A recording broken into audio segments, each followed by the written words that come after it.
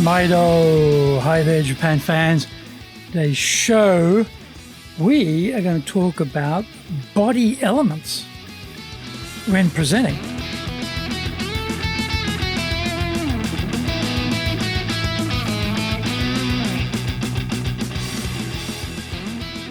Presento Master Shimashou.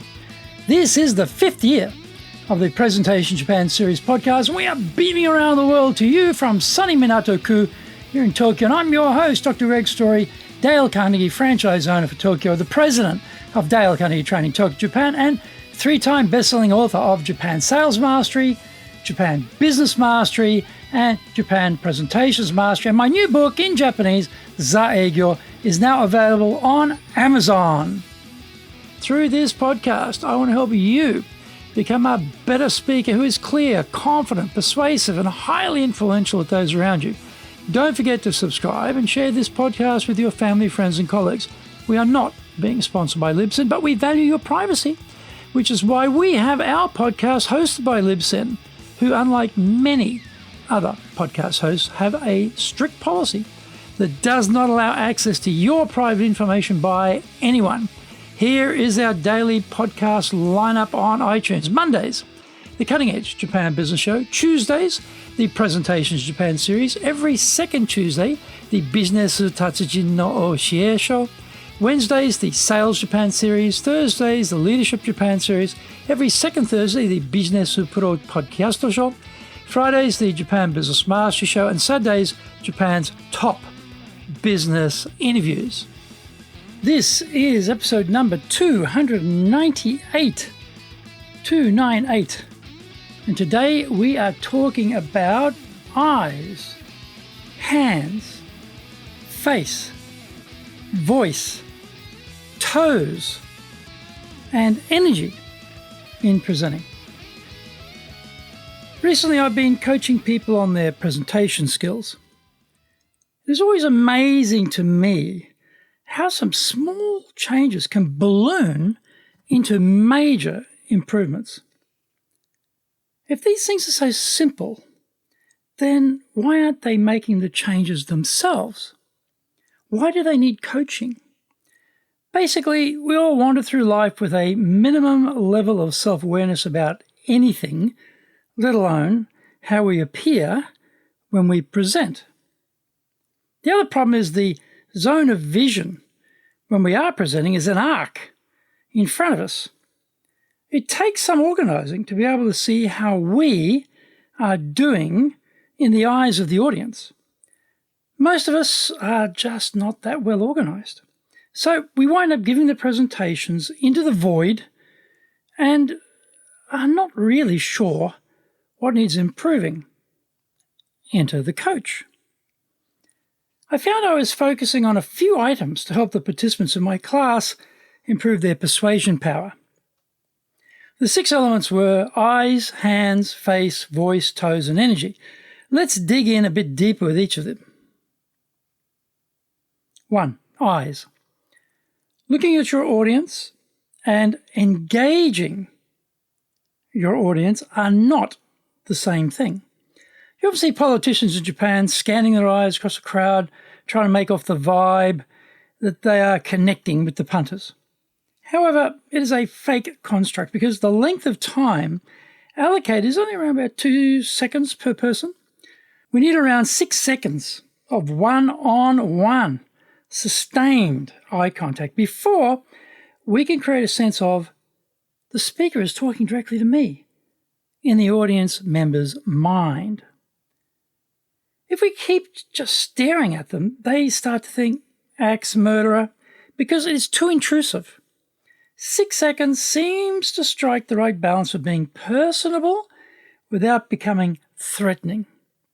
Number 2, hands. This is a perennial problem people have of what to do with their hands. Holding them behind the back is a favourite of many simply because they don't know what to do with them, and this pose seems to anchor their upper body for them.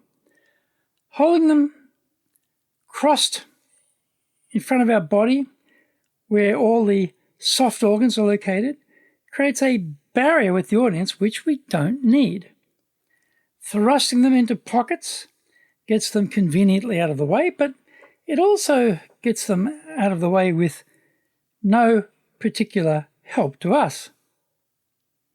As a presenter, our hands have only one purpose: to strengthen the verbal point we are making. To find where your hand should be held, just hold your arms out about shoulder height, then drop them. Where they land is where you should be keeping them until you need to bring them up to bolster some thesis you are promoting. Find out more. We come back from the break.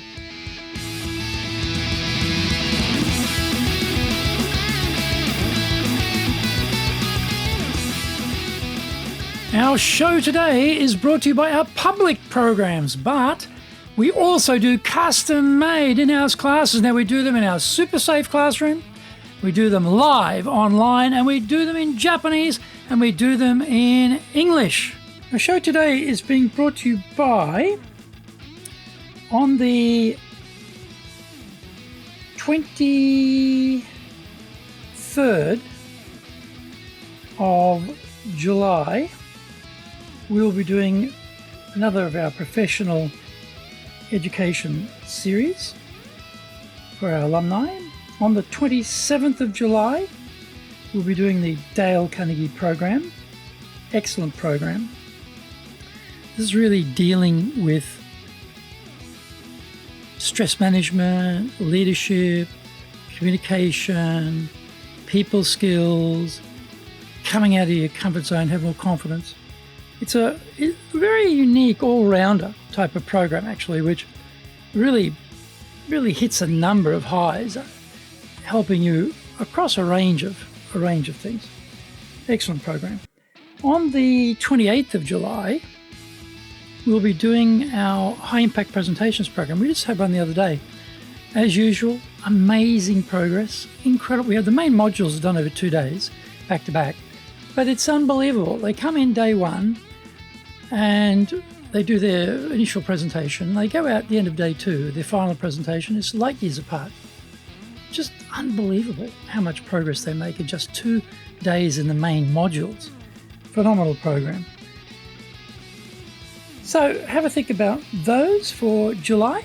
Check out our website at www.dale-carnegie, carnegie.co.jp.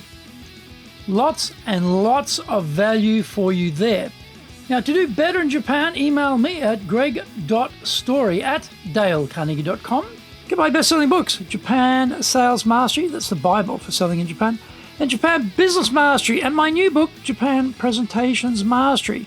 If you like learning by watching videos, there are over 1,000 there for you at Tokyo, Japan, Dale Carnegie TV on YouTube.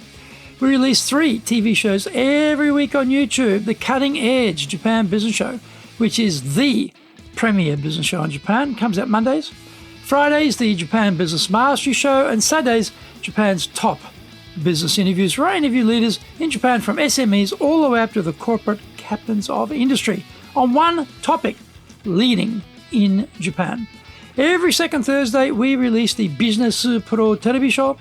Don't forget, you can email me at greg.story@dalecarnegie.com.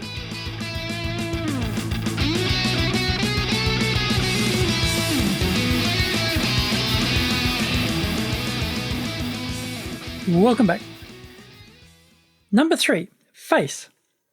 Dr. Albert Mehrabian's research at UCLA found that we get the maximum concentration from our audience on the words we are saying when what we say is matched by how we say it. This sounds simple enough. But what I found when coaching the class was that they tended to have just one expression on their face throughout the talk, regardless of the content of the message. People put a lot of attention into the visuals for their presentation, slaving over the slide deck preparation, but forget the most powerful visual medium they have, which is their face. If it is good news, then smile when you tell us. If it is bad news, then look serious. If it is exciting news, then look excited. I think you get the idea. Number 4, voice. Having a deep DJ-style voice is definitely an advantage. I remember when I met fellow Aussie Chris Glenn in Nagoya. He was a local DJ there, and out of this tall, slender frame came this astonishingly deep voice. I didn't get issued with one of those, and I've probably fried my vocal cords with a million karate kiai over my career, so I have a rather husky number. Folks, we go with what we have. We do our best, though, to make the most of it by having a good vocal range around tone, speed, and strength. The monotone delivery is the killer of audience attention. Side note, Japanese is a monotone language. Uh-oh. Does that mean Japanese speakers are forever doomed to be the denizens of the boredom zone? Not at all. Japanese speakers can create variety through speed and strength changes, which will be enough to keep the attention on them when presenting. Number 5, toes. What on earth is he doing talking about toes when presenting? More correctly, I'm talking about the angle you are pointing your toes. Without thinking about it, I noticed a number of presenters would stand with their toes pointing off at an angle rather than at 90 degrees to the front. This alters the body mechanics, making it difficult to turn in the other direction. The result is we don't turn. So effectively, we're now speaking with only one half of our audience. Number 6, energy. Passion, commitment, belief, enthusiasm for our subject are all communicated by the amount of energy we pump out. We cannot turn the throttle up to maximum output for the whole talk, though. We have to release it in bursts so that we don't wear out our audience. On the other hand, if we turn that throttle right down, we will not be projecting enough energy to grab attention, and the entire audience will be leaping onto their phones to find something more interesting happening on the internet at that moment. The key is the energy output has to match the content of what we are saying. Think of the key points in the talk, where you want to place emphasis, and then marshal your energy to help you highlight that part of the talk. A very common error is that speakers allow their energy to drop right off at the end of their talk. Don't fade out. Finish with a bang. Remember, final impressions are the lasting impressions, and we want to be recalled in the right way. These 6 points are so simple, but when corrected, each of them made a significant impact on the quality of the talk.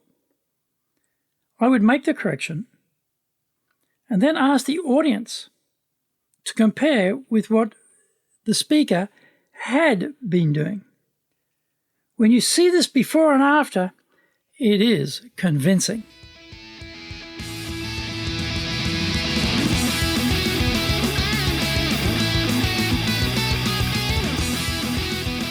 Thank you for joining the Presentations Japan series. If you got value from today's show, spread the love around and share it with your family, friends, and colleagues. Don't forget to subscribe and share this podcast.